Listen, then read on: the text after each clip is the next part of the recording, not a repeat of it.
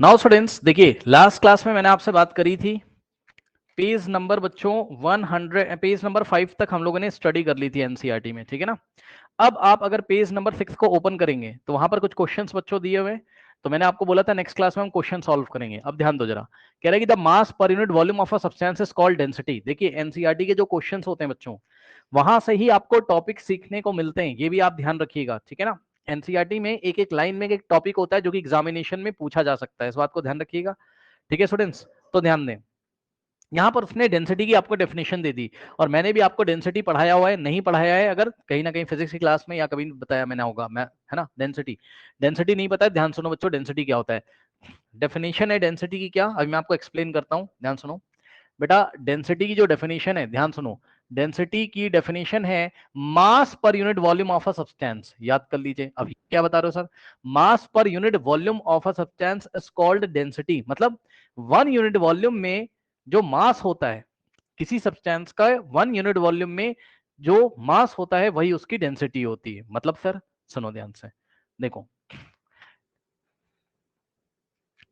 सबसे पहले आप डेंसिटी पढ़ो क्या होता है, तब ये क्वेश्चन आपको समझ में आएगा। डेंसिटी क्या होता है, मास ऑफ अ सब्सटेंस पर यूनिट वॉल्यूम।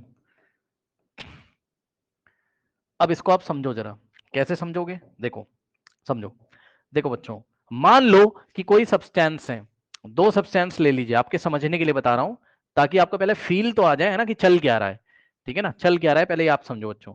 मान लीजिए कि आपने क्या किया, आपने एक वुडन ब्लॉक ले लिया, क्या ले लिया, ये ऐसे क्यूब शेप का, ये क्यूब है, ठीक, ये ऐसे, ठीक है बच्चों, ये क्यूब है आपका, और इस क्यूब का सपोज हमने वॉल्यूम सपोज वॉल्यूम लिया 1 सेंटीमीटर क्यूब। मतलब समझो एक वुडन ब्लॉक है, लकड़ी का बना हुआ सॉलिड ब्लॉक है, जिसके जो साइड्स हैं वो 1 सेंटीमीटर, 1 सेंटीमीटर और 1 सेंटीमीटर है। कहने का मतलब है, ध्यान से देखिए जरा, ये देखिए, इसकी लेंथ है बच्चों 1 सेंटीमीटर, इसकी ब्रेथ भी कितनी 1 सेंटीमीटर, और इसकी हाइट भी कितनी है 1 सेंटीमीटर, ऐसे समझ लो। और 1 सेंटीमीटर कितना होता है ये आप अपनी स्केल में देख लीजिए, यानी कि एक छोटा सा क्यूब शेप का, क्यूबिकल शेप का ये एक छोटा सा ब्लॉक है सॉलिड, इसमें लकड़ी भरी हुई है अंदर। अरे लकड़ी का बना है भाई, वुडन ब्लॉक है, ठीक, ये पूरा सॉलिड है। अब इसका बच्चों वॉल्यूम बताइए, वॉल्यूम बताइए इसका, इसका वॉल्यूम, वॉल्यूम कैसे निकालते हैं, length into breadth into height. तो इसका वॉल्यूम आएगा 1 centimetre into 1 centimetre into 1 centimetre, सही है। तो यहां से आ जाएगा वॉल्यूम कितना, 1 इंटू 1 तो 1 होता है, और ध्यान सुनो centimetre into centimetre into centimetre, centimetre अगर 3 टाइम्स मल्टीप्लाई कर रहा है तो सेंटीमीटर का क्यूब लिखोगे, ठीक। तो यहाँ वॉल्यूम का यूनिट कितना आ गया, सेंटीमीटर का क्यूब आ गया, ठीक है स्टूडेंट्स, सेंटीमीटर का क्यूब आ गया, तो 1 सेंटीमीटर क्यूब इसका वॉल्यूम है, ठीक है। अब सुनो, अब यहीं पर मैंने एक ये वुडन ब्लॉक था, मैं लिख देता हूं है ना आपके समझने के लिए, वुडन,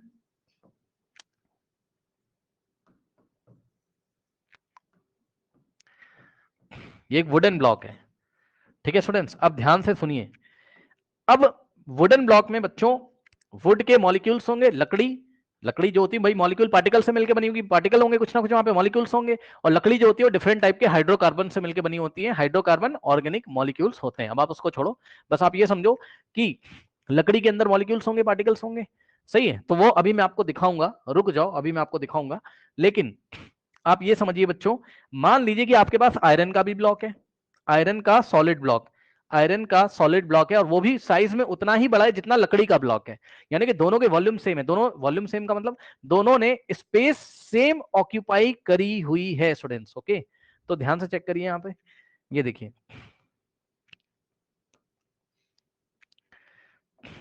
ये आपका क्या है, क्वेश्चन तो बेटा आपको बाद में समझ में आएगा, पहले कॉन्सेप्ट देखो, ठीक। ये देखिए ये वुडन ब्लॉक है स्टूडेंट्स, और इस वुडन ब्लॉक में ये है लेंथ आपकी 1 सेंटीमीटर, ठीक, ब्रेथ है आपकी कितनी 1 सेंटीमीटर, और हाइट कितनी है 1 सेंटीमीटर, ये है आपका आयरन ब्लॉक। और इसका वॉल्यूम निकालो, वॉल्यूम ऑफ आयरन ब्लॉक कितना आ जाएगा, 1 centimetre into 1 centimetre into 1 centimetre, length into breadth into height, सही है।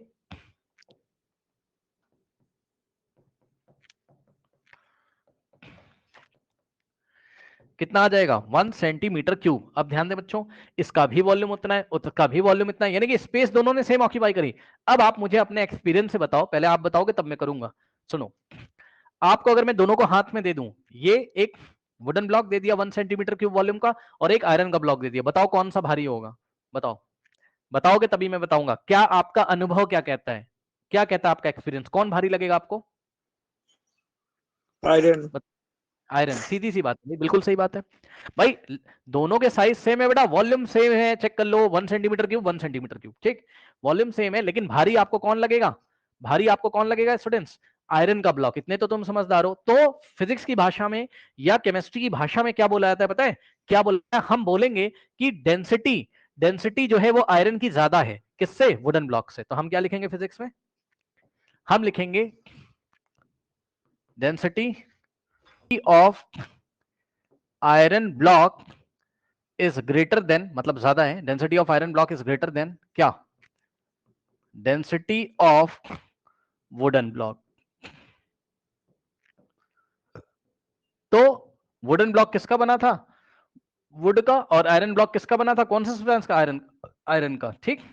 तो अब याद रखिएगा, डेंसिटी के लिए हम एक सिंबल यूज करते हैं, और वो सिंबल होता है कुछ इस तरीके का, ये ऐसे बनता है पी की तरह। या तो डेंसिटी को डी से दिखाया जाता है, डी से, या तो रो से, इसको रो बोलते हैं। तो परेशान मत होना कभी ऐसा दिखाई पड़े, ठीक है। तो इसका मतलब क्या होता है? डेंसिटी, ठीक। तो यहां लिखेंगे density rho, rho of iron block is greater than rho of wood, या density of iron material, iron substance is greater than density of wood, ठीक है ना। अब ध्यान से सुनिए जरा, इसको ऐसे भी लिखा जा सकता है, density of iron is greater then, D का मतलब डेंसिटी, समझ जाना ये बात होती है। अब सुनो उसने क्या बोला, उसने बोला मास पर यूनिट वॉल्यूम ही क्या कहलाता है? डेंसिटी कहलाता है। मतलब एक यूनिट वॉल्यूम ले लो दोनों का, जिन भी दो सब्सटेंस को कंपेयर करना, उसका वॉल्यूम पहले फिक्स करो, यानी कि उनका साइज पहले फिक्स करो, स्पेस जितना उसने ऑक्यूपाई करा उसको फिक्स करो, फिर जाके ये चेक कर लो कौन ज्यादा भारी है, यानी कि किसमें मास ज्यादा है। ओके स्टूडेंट्स, तो यहां पे चेक करिए, वुडन ब्लॉक में ये सब पार्टिकल्स हैं इस तरीके से, और आयरन ब्लॉक्स में जो पार्टिकल्स हैं, ठीक है ना, वो इतने से ही स्पेस में, ऐसे आप समझो कि बहुत डेंस पार्टिकल होंगे, यानी कि बहुत पास पास होंगे, तो डेंसिटी ज्यादा हो रही है, यानी कि ज्यादा मास आ रहा है। हालांकि ये मैंने बहुत अच्छी बात नहीं करी है, बट क्लास 9th में समझने के लिए इतना अभी काफी है, क्योंकि हम साइज ऑफ द पार्टिकल के बारे में बात नहीं कर रहे हैं, मॉलिक्यूल्स के साइज के बारे में बात नहीं कर रहे हैं। बस आप ये समझो अभी कि यहाँ पे उतनी वॉल्यूम में मास ज्यादा और उतनी वॉल्यूम में मास कम, ये ज्यादा भारी है, इसकी डेंसिटी ज्यादा है, ठीक है स्टूडेंट्स। ओके, तो ये चीज होता है। अब सुनो, यहां पर मैंने वॉल्यूम कितना किया है? 1 सेंटीमीटर क्यूब। अगर आप चाहें तो वॉल्यूम आप कितना कर सकते हैं? 1 मीटर क्यूब वॉल्यूम भी आप कर सकते हैं। कहने का मतलब 1 मीटर पता है कितना होता है? 1 मीटर होता है 100 सेंटीमीटर, यानी कि 100 सेंटीमीटर का लेंथ ले लो, 100 सेंटीमीटर का ब्रेथ ले लो, और 100 सेंटीमीटर की हाइट ले लो। तो 100 मीटर इंटू 100 मीटर इंटू 100, मतलब इतने बड़े बड़े ब्लॉक्स भी आप ले सकते थे, लेकिन हमने छोटे छोटे ब्लॉक लेके आपको समझाया, ठीक। यदि आप इतने बड़े बड़े ब्लॉक्स लेते हैं, 1 मीटर का लेंथ, 1 मीटर की हाइट, और 1 मीटर की 1 मीटर का लेंथ, 1 मीटर की ब्रेथ, 1 मीटर की हाइट, तो ये ब्लॉक कैसे दिखाई पड़ते हैं? तो ये ब्लॉक कैसे दिखाई पड़ते हैं? इस तरीके से।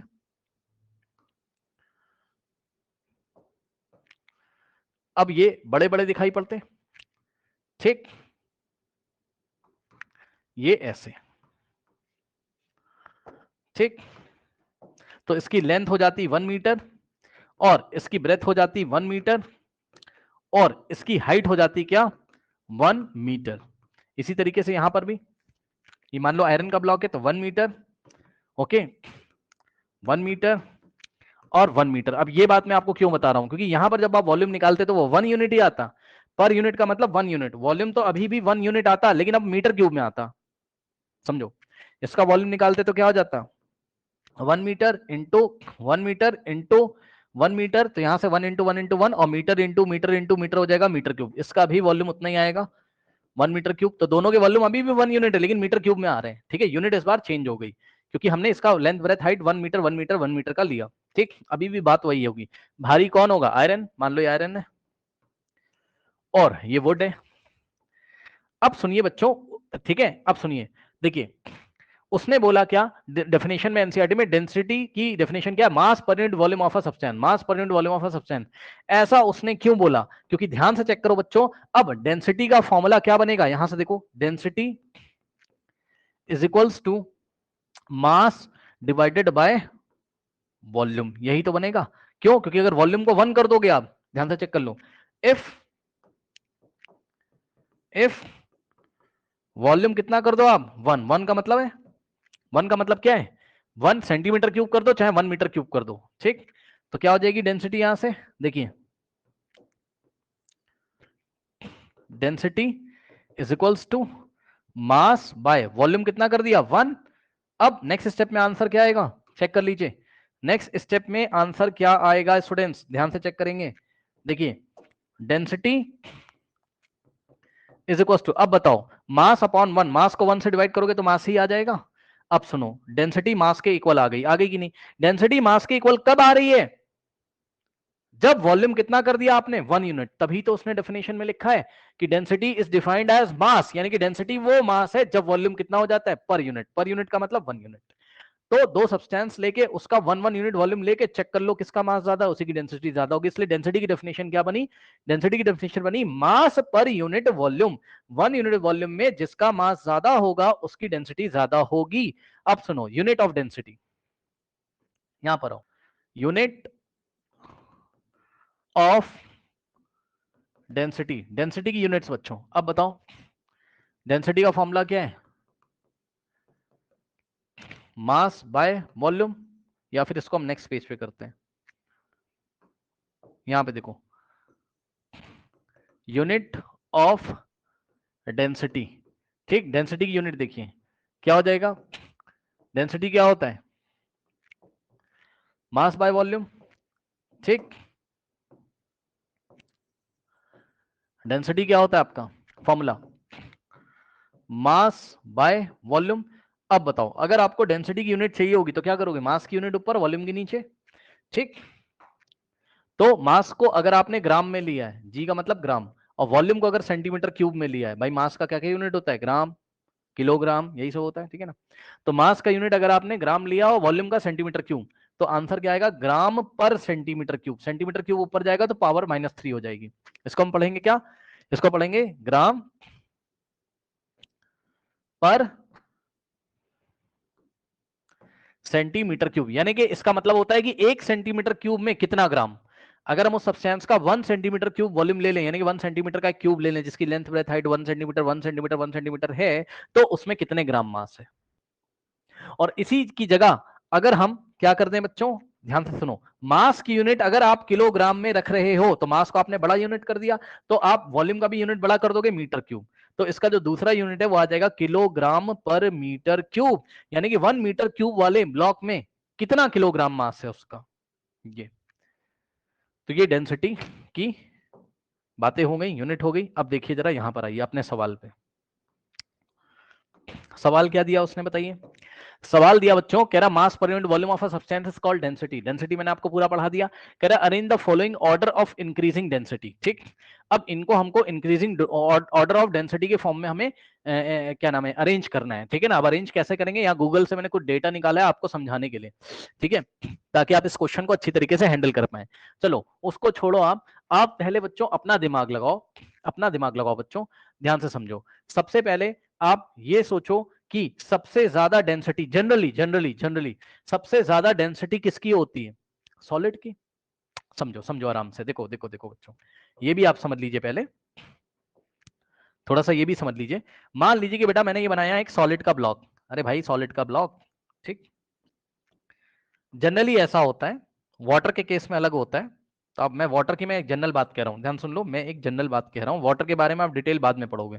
जनरली ऐसा होता है जो मैं पढ़ाने जा रहा हूं क्या, कि अगर ये आपका सॉलिड है बेटा, ठीक, उसके बाद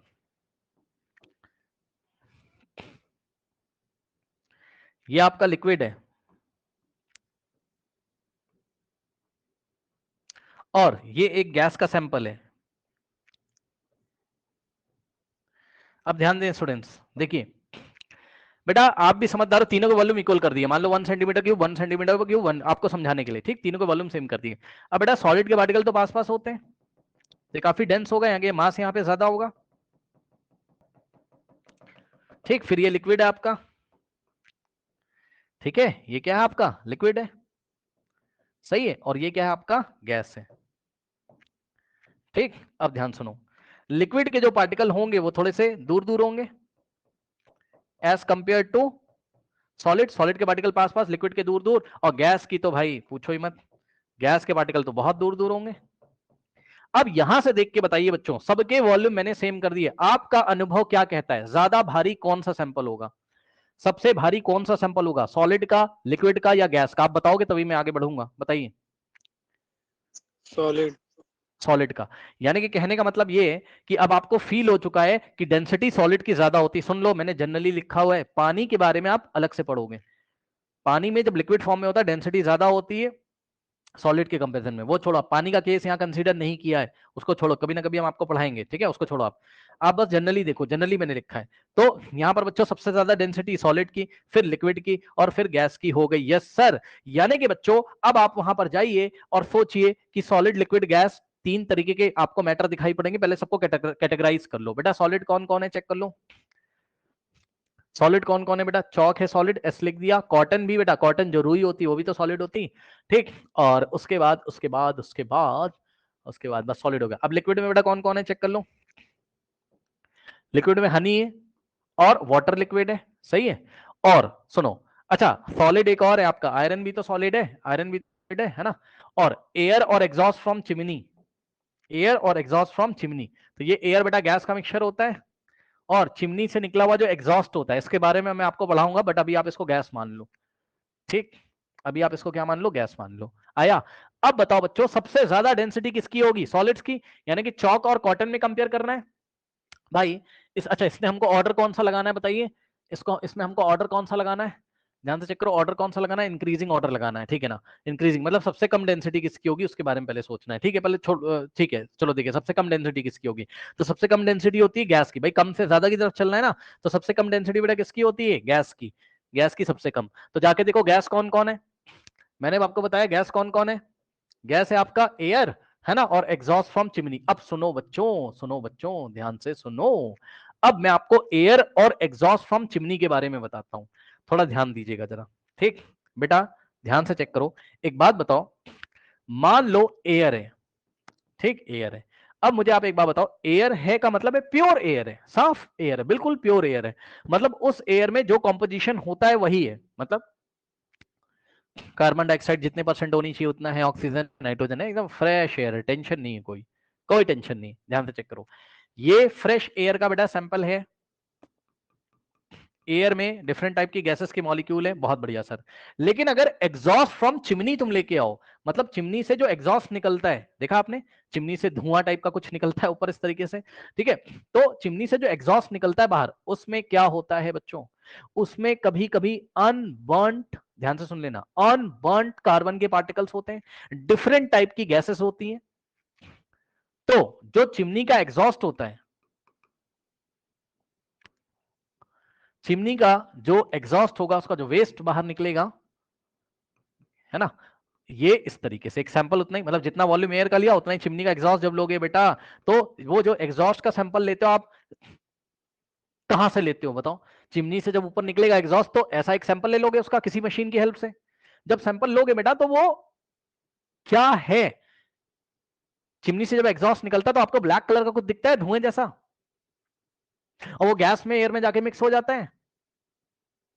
तो वहां पर जो पार्टिकल्स हैं, ठीक है, कुछ अनबर्न्ड पार्टिकल्स होते हैं उसमें, कार्बन के कुछ अनबर्न्ड पार्टिकल्स होते हैं, चिमनी से कुछ डिफरेंट टाइप की गैसेस निकलती हैं, तो वो जाएगी और एयर में डिफ्यूज हो जाएगी, ये देखिए। अब जब वो एयर में डिफ्यूज हो जाएगी बच्चों, अब आप खुद सोचो, फ्रेश एयर की डेंसिटी ज्यादा होगी कि चिमनी वाले एग्जॉस्ट की? दोनों का वॉल्यूम सेम लिया है भाई, समझो ना, पहले एयर थी, उसमें एग्जॉस्ट जाके डिफ्यूज हो गया, और डिफ्यूजन गैसेस के बीच में बहुत तेजी से होता है, गैसेस के पार्टिकल के बीच में स्पेस भी बहुत ज्यादा होता है, मतलब एयर के पार्टिकल के बीच में पहले एयर ऐसी थी, एयर ऐसी थी, अब उसमें समझो भाई, समझो समझो समझो, ये एयर के मॉलिक्यूल्स थे पहले, ठीक। अब जब एग्जॉस्ट निकला, तो एग्जॉस्ट के पार्टिकल भी तो आ जाएंगे यहां पर, अनबर्न्ड कार्बन पार्टिकल उतने ही सैंपल में। अब बताओ किसकी डेंसिटी ज्यादा? उतनी सी ही जगह में, क्योंकि एयर में जो पार्टिकल थे, उनके उनके एयर में जो गैस के पार्टिकल थे उसमें स्पेस भी तो थी, और जब एग्जॉस्ट निकला तो जाके एयर में डिफ्यूज हो गया। तो अब पॉल्यूटेड एयर, आप इसको बोल सकते हो कि एयर पॉल्यूट हो गई उतनी जगह। पॉल्यूटेड एयर यदि निकालोगे आप, तो वही चिमनी का एग्जॉस्ट, एक तरीके से आप सोचो भाई, चिमनी का एग्जॉस्ट ऊपर से कलेक्ट करोगे आप, या चिमनी से डायरेक्ट कलेक्ट कर लो भाई, मैं मना नहीं कर रहा हूं, चिमनी से जब वो डायरेक्ट निकला है तब भी आप उस एग्जॉस्ट को कलेक्ट कर लो, तो उसमें अनबर्न कार्बन के पार्टिकल, डिफरेंट टाइप की गैसेस होंगी, ठीक है, भारी भारी कुछ अनबर्न, अनबर्न मतलब जो जिसका कंबशन नहीं हुआ है, वो कार्बन के पार्टिकल्स भी तो होंगे जो सॉलिड फॉर्म में होंगे। तो बताइए किसकी डेंसिटी आपको ज्यादा लग रही है, चिमनी के एग्जॉस्ट की कि एयर की, क्या फील आ रहा है आपको, बताइए बताइए। चिमनी के एग्जॉस्ट। हाँ चिमनी के एग्जॉस्ट की, ये मैंने आपको फील कराया, वरना तो आप रट के चले जाओगे, फायदा नहीं है, ठीक। तो बच्चों चिमनी के एग्जॉस्ट की डेंसिटी हो गई ज्यादा, ठीक।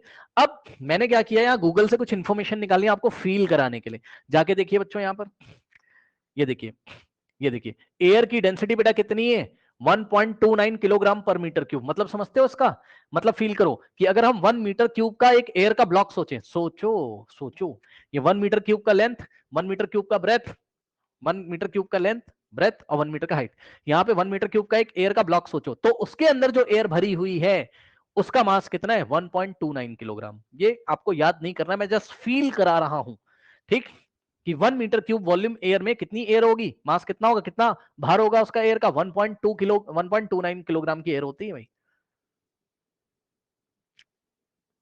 और 1 मीटर क्यूब का अगर आप चिमनी का एग्जॉस्ट का सैंपल ले लो, वो बहुत भारी होगा इसके कंपैरिजन में। अब वो तो गूगल पे आपको मिलेगा भी नहीं, क्योंकि अलग अलग चिमनी में अलग अलग टाइप के अनबर्न पार्टिकल निकलते हैं, बट चिमनी के पार्टिकल्स उतने ही वॉल्यूम में बहुत ज्यादा भारी होंगे एज कंपेयर टू एयर के पार्टिकल्स, तो चिमनी की डेंसिटी ज्यादा हो गई।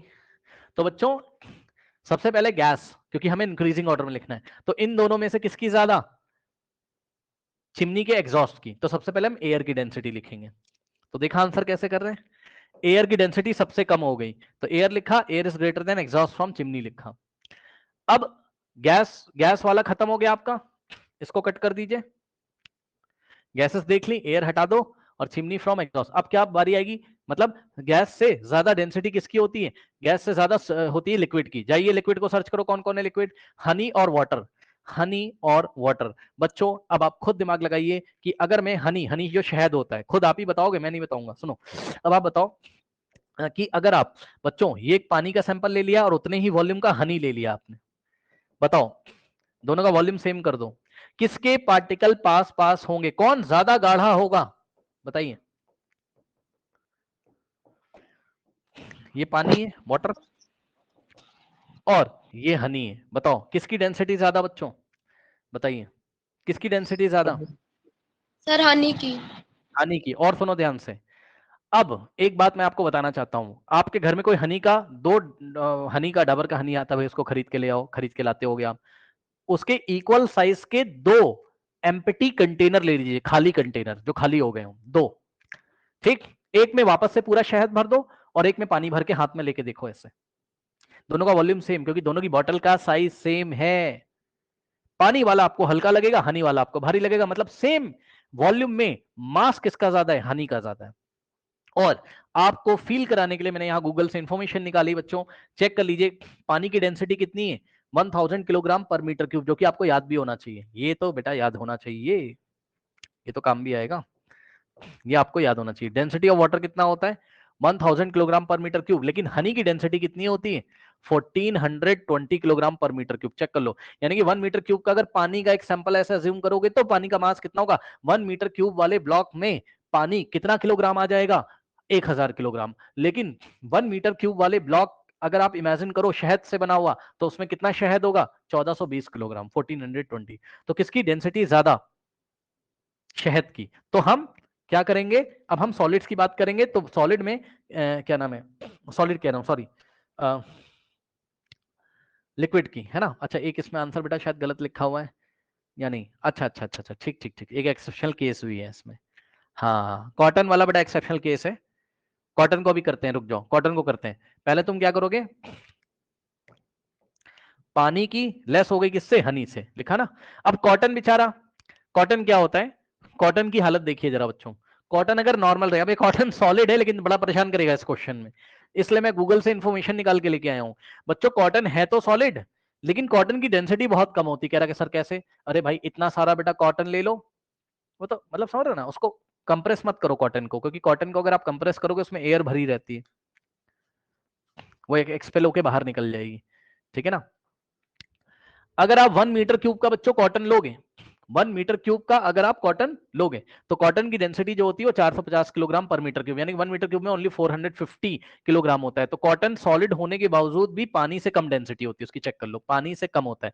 तो पानी से पहले लिखोगे कॉटन को, वाटर से लेस होती है इसकी डेंसिटी कॉटन की। ये चीज बेटा याद करने वाली चीज थी, ये आपको याद करना है। कॉटन की डेंसिटी पानी से कम होती है, ये बात याद करनी, याद रखिए। कॉटन सॉलिड होने के बावजूद भी लिक्विड से यानी कि पानी से इसकी डेंसिटी कम होती है। कॉटन बहुत हल्का होता है यानी कि पर यूनिट वॉल्यूम में। अब आपको अगर भरोसा नहीं है तो आप एक काम करो, आपको मैं भरोसा करवा देता हूँ, भी मजा आ जाएगा। एक ग्लास ले लो, इसमें पानी भर लो, भरो भरो, 2 ग्लास इक्वल साइज के ले लो, एक में पानी भर लो, एक में रुई भर लो कॉटन। अब देखो कौन सा भारी, पानी तो भारी लगेगा ना, पानी तो भारी लगेगा। तो ये आपको अपने एक्सपीरियंस से बताने की कॉटन हल्का होता है, तो कॉटन की डेंसिटी पानी से क्या हो गई, कम हो गई। यहाँ पे एक्सेप्शनल केस एक आ गया, ठीक। मैंने आपको तभी यहाँ पे लिखा था जनरली ऐसा होता है, ठीक। नाउ अब यहां तक आपने फिल कर लिया। अब बात आती है किसकी, सॉलिड्स की। सॉलिड में कॉटन ने धोखा दे दिया, उसको वाटर से पहले लिख लिया हमने। अब बात आती है चौक एंड आयरन की। बच्चों चौक है, कहां गया, ये चौक है और ये आयरन है। देखो इतने तो आप समझदार हो, ठीक। एक चौक का आपको मैं अच्छा फील करा दूंगा। एक चौक का बच्चों पीस ले लीजिए, पूरा बड़ा सा ले लो, ले लो, ले लो इस हाथ पे। और आपके घर में कोई नट बोल्ट पड़ा हो आयरन का बना हुआ, आयरन या स्टील का, वो लगभग डेंसिटी दोनों के आसपास होती है, ठीक।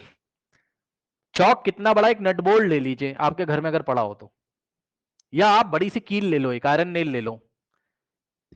चौक की लेंथ कितनी, भले उसका वॉल्यूम ना भी इक्वल हो, वैसे वॉल्यूम इक्वल करना चाहिए हमें लेकिन आप थोड़ा फील करो। चौक चलो तुम बड़े साइज की ले लो, कोई बात नहीं, ज्यादा वॉल्यूम की ले लो, तब भी तुम आयरन का अगर छोटा सा वॉल्यूम भी लोगे तो आयरन ही भारी होगा भाई, आयरन का नेल भारी होगा चौक से, पक्का। और इसी चीज को फील कराने के लिए मैंने आपको लिख भी दिया यहाँ पे चेक करो बच्चों। आयरन की जो डेंसिटी होती है ज्यादा होती है, 7870 किलोग्राम पर मीटर क्यूब। यानी कि 1 मीटर क्यूब का अगर आयरन का ब्लॉक लिया तो उसमें 7870 किलोग्राम आयरन होगा, इतना मास होगा, इतना ज्यादा भारी होगा वो। और वहीं पर अगर आप देखेंगे तो चौक में क्या होता है, कैल्शियम कार्बोनेट। भाई चौक में क्या होता है, याद करने वाली चीज है। चौक में क्या होता है, calcium carbonate, CaCO3, calcium carbonate, ठीक। तो चौक की जो डेंसिटी 2499 किलोग्राम पर मीटर क्यूब, यानी कि 1 मीटर क्यूब में कितना मास आता है, ओनली 2499। तो किसकी डेंसिटी ज्यादा, आयरन की, तो आयरन की डेंसिटी सबसे ज्यादा। तो अब हम चौक लिखेंगे फिर आयरन लिखेंगे, तो फाइनल आंसर क्या आ रहा है यार, आप चेक कर लो, इंक्रीजिंग ऑर्डर में लिख दिया। सबसे कम डेंसिटी किसकी, एयर की, फिर से ज्यादा एक्सॉस्ट फ्रॉम चिमनी, फिर से ज्यादा कॉटन, फिर से ज्यादा वाटर, फिर से ज्यादा हनी, फिर से ज्यादा चौक, और सबसे ज्यादा हो गई बच्चों किसकी, आयरन की डेंसिटी। तो यहां पर मैं आपको यह बताना चाहता हूं कि एनसीईआरटी एक क्वेश्चन से आपको बहुत कुछ समझाना चाहता है। मैंने आपको समझा दिया, अब एग्जाम में यहां से क्वेश्चन आ सकता है कि what do you mean by density, explain with the help of example. तो डेंसिटी की डेफिनेशन लिखने के बाद इसमें से कोई 2 एग्जाम्पल दे देना। कौन कौन से एग्जाम्पल दोगे आप एक ये वाला एग्जांपल दे देना बच्चों, एयर की डेंसिटी 1.29 किलोग्राम पर मीटर क्यूब होती है, एक पानी की। ये दोनों तो आप दे सकते हो, या कोई भी याद हो तो इसमें से आप बता देना। ठीक है स्टूडेंट्स, इस तरीके से इस क्वेश्चन को हम हैंडल करेंगे। आई थिंक आपको समझ में आया होगा।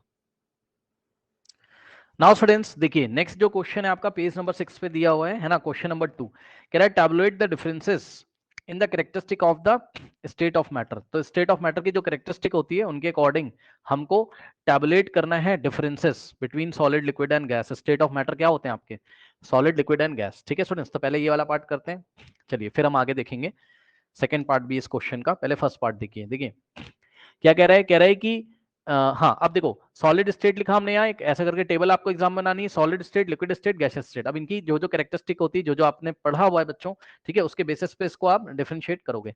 नंबर 1 कैरेक्टरिस्टिक क्या है, डेफिनेट शेप्स एंड वॉल्यूम, ठीक।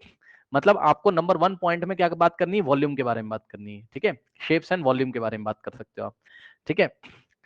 पॉइंट नंबर 1 में आपने किसके बारे में बात करी, शेप्स एंड वॉल्यूम के बारे में, ठीक है ना।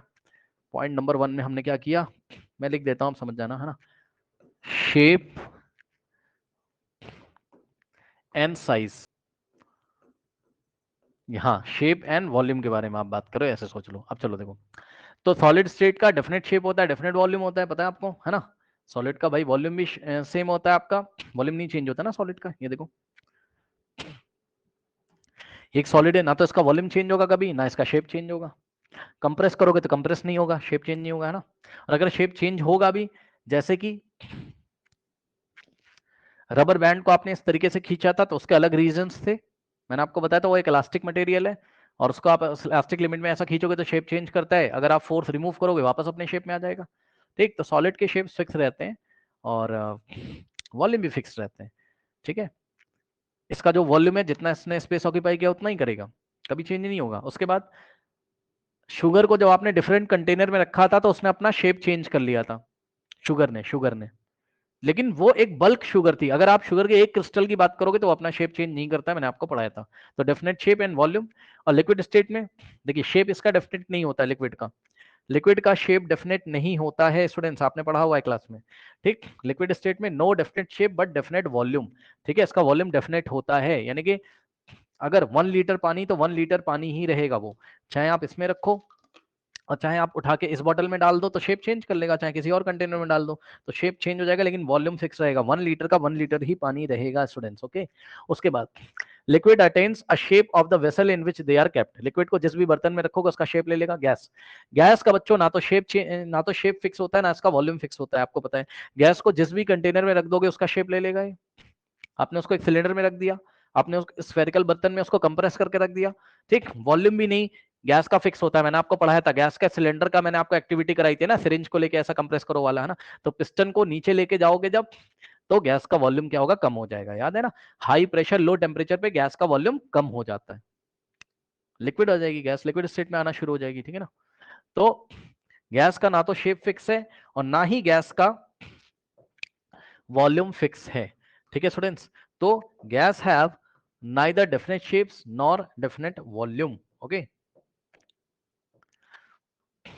नाउ पॉइंट नंबर 2 में आप बात करोगे बच्चों कंप्रेसिबिलिटी की। किसकी बात करी आपने पॉइंट नंबर 2 में? कंप्रेसिबिलिटी की, ये वाले पॉइंट की। मैं शॉर्ट में लिख दे रहा हूं, समझ जाना, कंप्रेसिबिलिटी। अब बताओ सॉलिड स्टेट कंप्रेसिबल है क्या? ये नहीं। कंप्रेसिबिलिटी मींस ये रिजिड होते हैं, पता है ना। ऐसा आप फोर्स लगाओगे तो क्या पता ब्रेक हो जाए, वो अलग बात है, लेकिन ये अपना वॉल्यूम नहीं, मतलब ये अपना शेप नहीं चेंज करते हैं, कंप्रेस नहीं होते हैं। ऐसा दबाओगे कंप्रेस नहीं होंगे। ठीक, और इसमें स्पॉन्ज का एग्जांपल था, वो तो डिफरेंट एग्जांपल है। स्पॉन्ज को आप कंप्रेस करोगे तो कंप्रेस हो जाता है, बट वो सॉलिड है, क्योंकि उसमें अंदर जो एयर भरी होती है उसके मॉलिक्यूल एक्सपेल्ड आउट हो जाते हैं, बाहर निकल जाते हैं। ठीक, तो सॉलिड इनकंप्रेसिबल है, यानी कि सॉलिड कंप्रेस नहीं कर सकते हो आप। लिक्विड, लिक्विड को आप एक स्मॉल एक्सटेंट तक कंप्रेस कर सकते हो, है ना। सिरिंज का हमने एग्जांपल दिया था एक्टिविटी में। ठीक है, सिरिंज में पानी भर के ऐसा थोड़ा सा कंप्रेस करोगे, आगे कॉर्क लगा के थोड़ा सा तो कंप्रेस हो ही जाता है लिक्विड। ठीक है, तो compressibility to a small extent, liquid के लिए स्मॉल एक्सटेंट तक ये कंप्रेस हो जाते हैं, लेकिन गैसेस आर हाईली कंप्रेसिबल। दिखाया था आपको गैस कल वाली क्लास में, गैस को पिस्टन में ऐसा भरा था और ऐसा कंप्रेस किया था आपने उसको, तो गैसेस को बहुत ज्यादा अमाउंट में आप कंप्रेस कर सकते हो। नेक्स्ट है बच्चों, अब बात कर लीजिए किसकी, स्पेस बिटवीन द पार्टिकल्स। ठीक है, इंटर पार्टिकल्स स्पेस, इंटर, जिसको आप इंटर मॉलिक्यूलर स्पेस भी बोल सकते हो, बट मैं इसको इंटर पार्टिकल स्पेस इसलिए बोल रहा हूँ क्योंकि पार्टिकल हमें क्या पता कौन से हैं, एटम है, मॉलिक्यूल है या आयन्स है, कौन से पार्टिकल के बीच की आप बात कर रहे हो, है ना, हमें नहीं पता। तो इंटर पार्टिकल स्पेस में, अब बताइए बच्चों, सॉलिड में जो पार्टिकल के बीच में स्पेस होता है बहुत कम होता है, ये सॉलिड है, ये पार्टिकल सॉलिड का सैंपल है, पार्टिकल बहुत पास पास है। ठीक, लिक्विड का सैंपल लोगे तो इसमें पार्टिकल थोड़े से दूर दूर होंगे, और गैस का सैंपल लोगे तो पार्टिकल बहुत दूर दूर होंगे।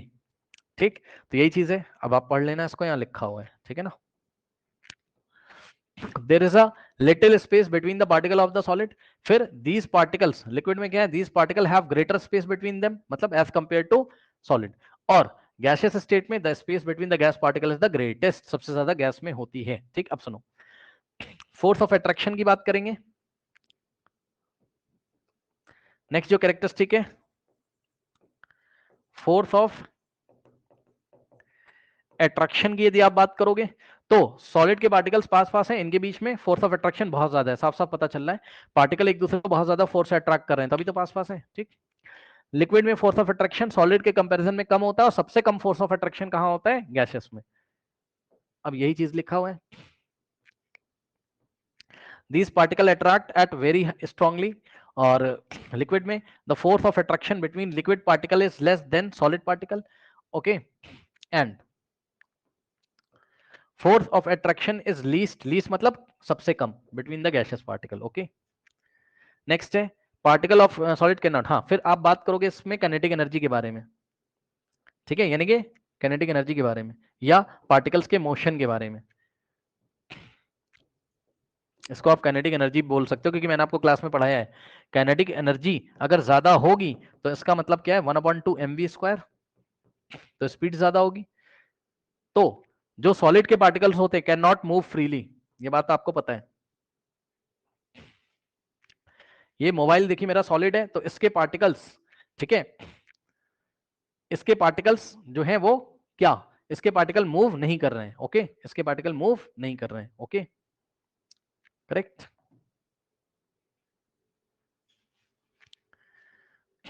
हालांकि इसके जो पार्टिकल्स हैं, ठीक, ये देखिए सॉलिड के जो पार्टिकल्स हैं, ठीक है स्टूडेंट्स, ये पार्टिकल्स अपनी मीन पोजीशन के टू एंड फ्रो वाइब्रेट जरूर कर रहे होंगे।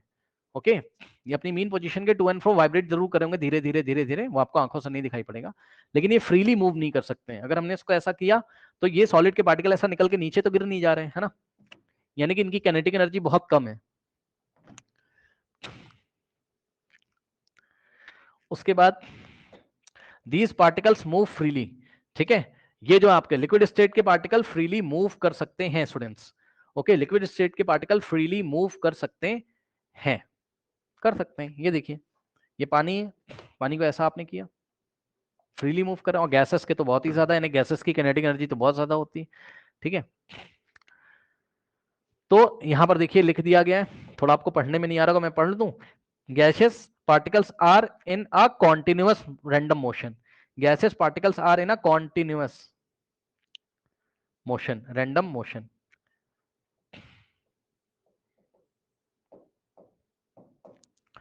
Okay, correct.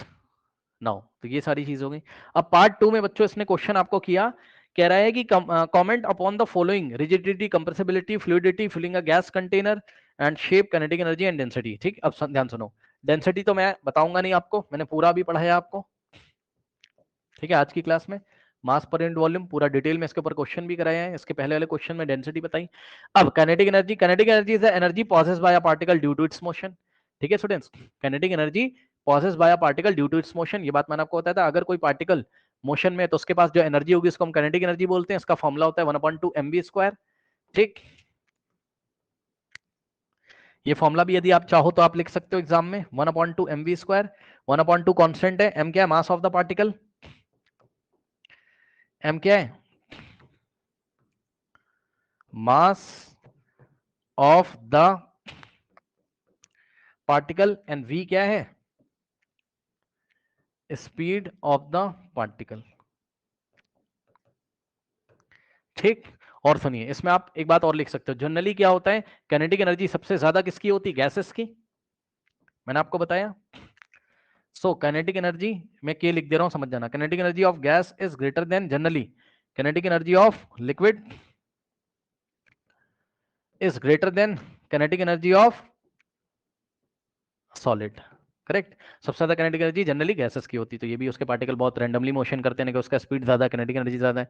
नाउ उसके बाद और क्या पूछा था बच्चों इन्होंने हमसे, filling a gas, filling a gas container, ठीक है, फिलिंग अ गैस कंटेनर, ठीक, किसी गैस कंटेनर को गैस से फिल करना है। ठीक है, तो सुनो ध्यान से, filling a gas container we meant attainment the shape of the container by gas. एक तो ये बात है, थोड़ी बातें आपको और पता चलनी चाहिए बच्चों, यहाँ पर ध्यान सुनो। शेप्स के बारे में बोला है क्या, शेप्स पे भी कमेंट करना है क्या, हाँ शेप, शेप पे कमेंट करना है, ठीक है कोई बात नहीं है। चलो सबसे पहले हम इस पे कमेंट करते हैं, ठीक, या हम यहां से करते हैं। अब सुनो, सबसे पहले इसको कर लो, रिजिडिटी क्या होता है बच्चों, rigidity can be express as the tendency of the matter to resist a change in shape after applying a force, after after the application of force. अब इसका क्या मतलब है, rigidity can be express as the tendency of the matter to resist a change in the shape, मतलब समझो, ये देखो, ये एक सॉलिड है, ठीक, इसको आप ऐसा कंप्रेस करोगे, इसको ऐसा आप कंप्रेस करोगे, ठीक, तो जब आप इस पे फोर्स लगा रहे हो तो ये क्या कर रहा है, चेंज इन शेप को रेजिस्ट कर रहा है। मतलब आप इसका शेप चेंज करना चाहते हो फोर्स लगा के, लेकिन वो उसका रेजिस्ट कर रहा है, उसको अपोज कर रहा है, वो नहीं चेंज कर रहा है अपना शेप, यानी कि बहुत अच्छा रिजिड है ये। सॉलिड बहुत ज्यादा रिजिड होते हैं, मैंने क्लास में आपको पढ़ाया है। लिक्विड की रिजिडिटी कम होती है, मतलब लिक्विड पे फोर्स लगाओगे तो शेप चेंज ही कर लेते हैं अपना हल्का सा देखो ग्रेविटेशनल फोर्स लगा, शेप चेंज हो गया इसका। शेप का मतलब उसकी बाउंड्री, पहले इसकी बाउंड्री लिक्विड की इतनी थी, मतलब समझ रहे हो ना, ये और ऊपर वाला सरफेस, अब इसकी बाउंड्री चेंज हो गई, ये वाला बाउंड्री दिख रहा होगा आपको, ठीक, और ऐसा इसको रोक देते तो ये वाला बाउंड्री, अब इसकी मतलब बाउंड्री चेंज हो गई ना, कि शेप चेंज हो गया।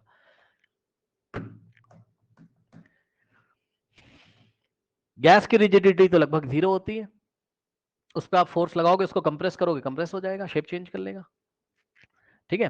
तो बहरहाल आप ये डेफिनेशन याद कर लीजिए, rigidity can be express as the tendency of the matter to resist a change in the shape after the application of force, ठीक। नेक्स्ट है कंप्रेसिबिलिटी, क्या होता है? It is the ability to reduce a lower volume when force is applied, okay, it is reduce to a lower volume, मतलब compressibility का क्या मतलब होता है? आप उसको कंप्रेस करके उसका वॉल्यूम कम कर पा रहे हो कि नहीं कर पा रहे हो, ठीक। तो सिरिंज वाला एग्जांपल याद करिए, जब आप उसमें चौक डाल के ऐसा ऊपर से कंप्रेस करते थे, तब तो वॉल्यूम कम नहीं होता था, कंप्रेस ही नहीं होता था, वो सॉलिड था, तो सॉलिड की कंप्रेसिबिलिटी सबसे कम होती है, लिक्विड की उससे थोड़ी सी ज्यादा होती है। पानी डाल के सिरिंज में अगर आप कंप्रेस करते थे तो हो जाता था, और गैस डाल के, यानी कि जब उसके अंदर सिरिंज के अंदर आपने कुछ नहीं डाला था, गैस थी, तो बहुत अच्छे से कंप्रेस हो गया था, वो सिरिंज पूरा नीचे तक लगभग लगभग चला गया था, गैस कंप्रेस हो गई थी उसमें, जो गैस थी, गैस कौन थी? एयर। तो गैसेस की कंप्रेसिबिलिटी सबसे ज्यादा, लिक्विड की उससे कम, और सॉलिड की कंप्रेसिबिलिटी लगभग 0 होती है, सॉलिड को आप कंप्रेस नहीं कर सकते हो, ठीक। उसके बाद फ्लूइडिटी, ये मैंने आपको बताया था, फ्लूइडिटी, फ्लूइड्स क्या होते हैं? सारे के सारे लिक्विड आपके फ्लूइड हैं, और सारे के सारे गैसेस आपके फ्लूइड हैं। फ्लूइडिटी का मतलब द सब्सटेंस या the material which can flow, कोई भी मटेरियल जो फ्लो कर सकता है, जो बह सकता है, एक स्थान से दूसरे स्थान अपने आप जा सकता है किसी फोर्स के अंडर में, अपनी काइनेटिक एनर्जी की हेल्प से, उसको हम फ्लूइड बोलते हैं। जैसे एयर, एयर के पार्टिकल इधर उधर रैंडम मोशन करते रहते हैं, एयर एयर फ्लो करती है हायर प्रेशर रीजन से लोअर प्रेशर रीजन की तरफ, तो वो तो बात की बात है, सारी ज्योग्राफी के टॉपिक्स हैं, लेकिन बस आप समझो एयर फ्लो कर सकती है, तो एयर फ्लूइड है, कोई गैस फ्लो कर सकती है, कोई लिक्विड है फ्लो कर सकता है, कोल्ड ड्रिंक फ्लो कर सकती है। तो बहरहाल जितने भी लिक्विड एंड जितनी भी गैसेस हैं वो फ्लो कर सकते हैं, और इसी फ्लो करने की एबिलिटी को हम क्या बोलते हैं? फ्लूइडिटी। तो फ्लूइडिटी क्या है? It is the ability to flow, correct.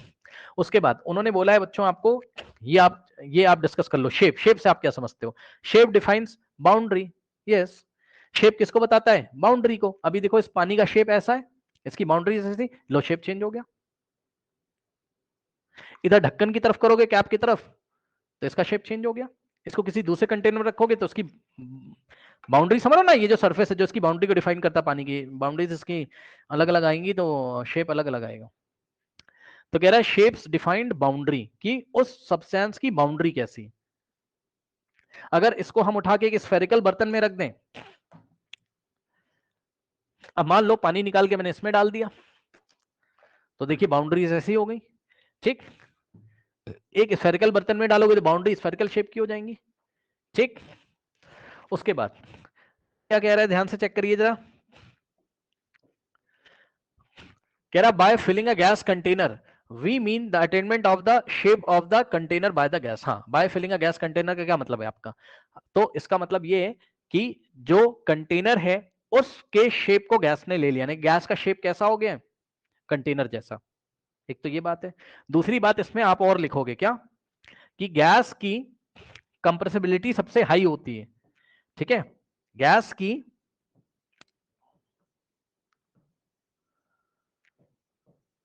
Compressibility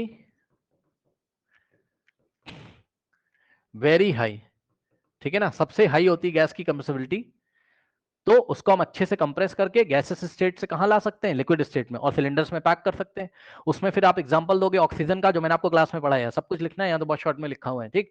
कि हॉस्पिटल्स में जो ऑक्सीजन हम सप्लाई करते हैं, उसको, ऑक्सीजन को हम क्या करते हैं? कंप्रेस करते हैं। और कंप्रेस कैसे करते हैं याद है? हाई प्रेशर लो टेम्परेचर पे, याद है?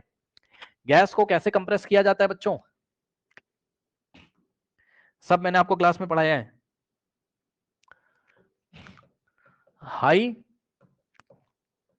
प्रेशर एंड लो टेम्परेचर मैंने आपको याद कराया है। गैस को ठंडा करोगे, लो टेम्परेचर पे लेके आओगे और कंप्रेस करोगे, तब वो लिक्विड स्टेट में आएगी, फिर सिलेंडर में उसको पैक कर देते हो। तो सिलेंडर का वॉल्यूम यानी कि शेप ऑक्यूपाई कर लेगी, और उसका वॉल्यूम कंप्रेसिबिलिटी की वजह से कम हो जाएगा, लेकिन मास नहीं कम होगा। 2 किलोग्राम की गैस पहले इतने में थी, अब उसको कंप्रेस करके सिलेंडर में भर दिया तो वो 2 किलोग्राम की है, मास नहीं चेंज हो जाएगा उसका, लेकिन वॉल्यूम चेंज हो जाएगा, ठीक। बस ये सारी बातें थी। इसके बाद लेते हैं बच्चों हम लोग क्वेश्चन।